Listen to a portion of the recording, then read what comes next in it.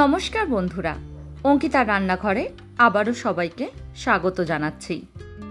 আজকে বানাবো খুব পুরনো একটা রেসিপি, আলু কচুর ডালনা, বা অনেকেই কিন্তু আলু কচুর দম বলেও থাকে।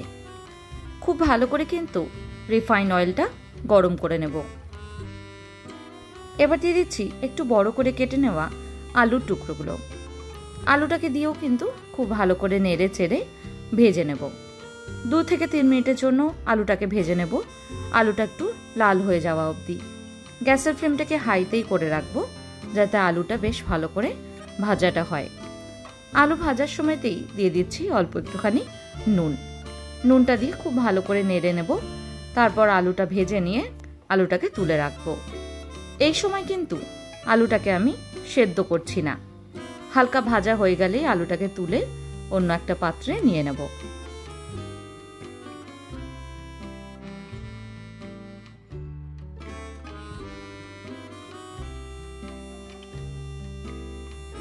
আলুটাকে তুলে নিলাম। এবার দিয়ে দিচ্ছি গাঠি কচু।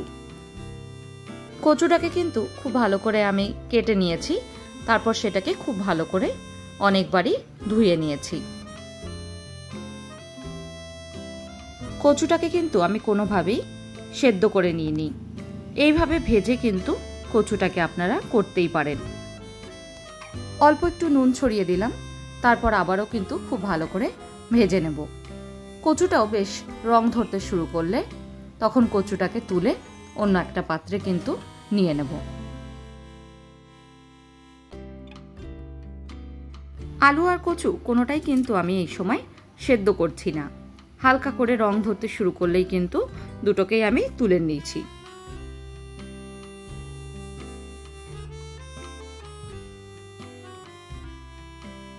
পুরো কচুটাকে তুলে নিয়েছি।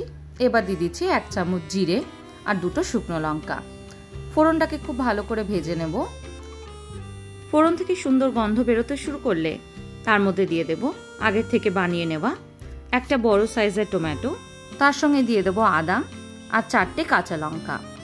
খুব ভালো করে কিন্তু আমি জল দিয়ে একটা মিহি পেস্ট বানিয়ে নিয়েছি। পেস্টটাকে দিয়ে গ্যাসের ফ্লেমটাকে এই সময় মিডিয়াম টু হাইতে করে দেব। তারপর খুব ভালো করে কিন্তু মশলাটাকে কষিয়ে নেব। এই সময় মশলাটা যত ভালো করে কষানো হবে তার টেস্ট কিন্তু ততটাই সুন্দর আসবে। যেহেতু এটা একদমই নিরামিষ রান্না, তাই কষানোটা কিন্তু খুব ভালো করে করতে হবে। তেল ছাড়তে শুরু করে দিয়েছে। এবার দিয়ে দিচ্ছি 1 চামচ হলুদ, 1 চামচ লাল লঙ্কার গুঁড়ো আর 2 চামচ নুন। অল্প একটু গরম জল দিয়ে কিন্তু আমি এই মিশ্রণটা বানিয়ে নিয়েছিলাম। খুব ভালো করে এবার কিন্তু মেশাতে থাকবো যতক্ষণ না এর থেকে তেল ছেড়ে আসছে আর গুঁড়ো মশলার কাঁচা গন্ধটা চলে যাচ্ছে।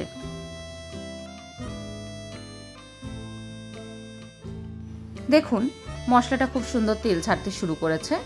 এবার দিয়ে দিচ্ছি আগের থেকে ভেজে নেওয়া আলু আর কচুটা। এই সময় কিন্তু আলু আর কচুটা দিয়ে খুব ভালোভাবে মিশিয়ে নেব।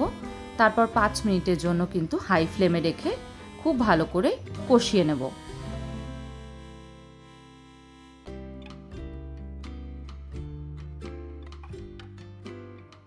আলু আর কচুটা কিন্তু খুব ভালো করে কষিয়ে নিয়ে দিয়ে দিয়েছি 2 কাপ পরিমাণে গরম জল। গরম জলটা এই সময় একটু বেশি ব্যবহার করতে হবে, কারণ আলু আর কচু দুটোই কিন্তু এখনো সেদ্ধ হয়নি।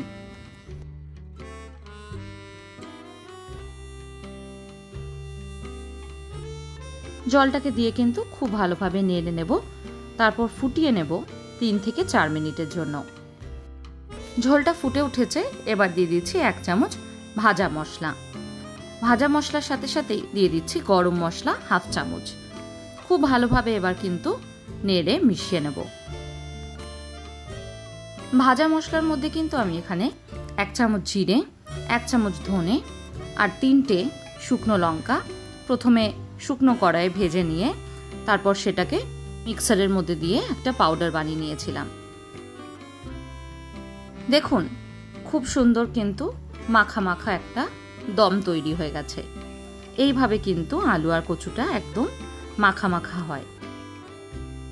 একই সাথে কিন্তু কচু আর আলু দুটোই খুব ভালোভাবে সেদ্ধ হয়ে গেছে। গরমের দিনে ডাল আর আলু কচুর দম থাকলে আর কিছু কিন্তু লাগে না।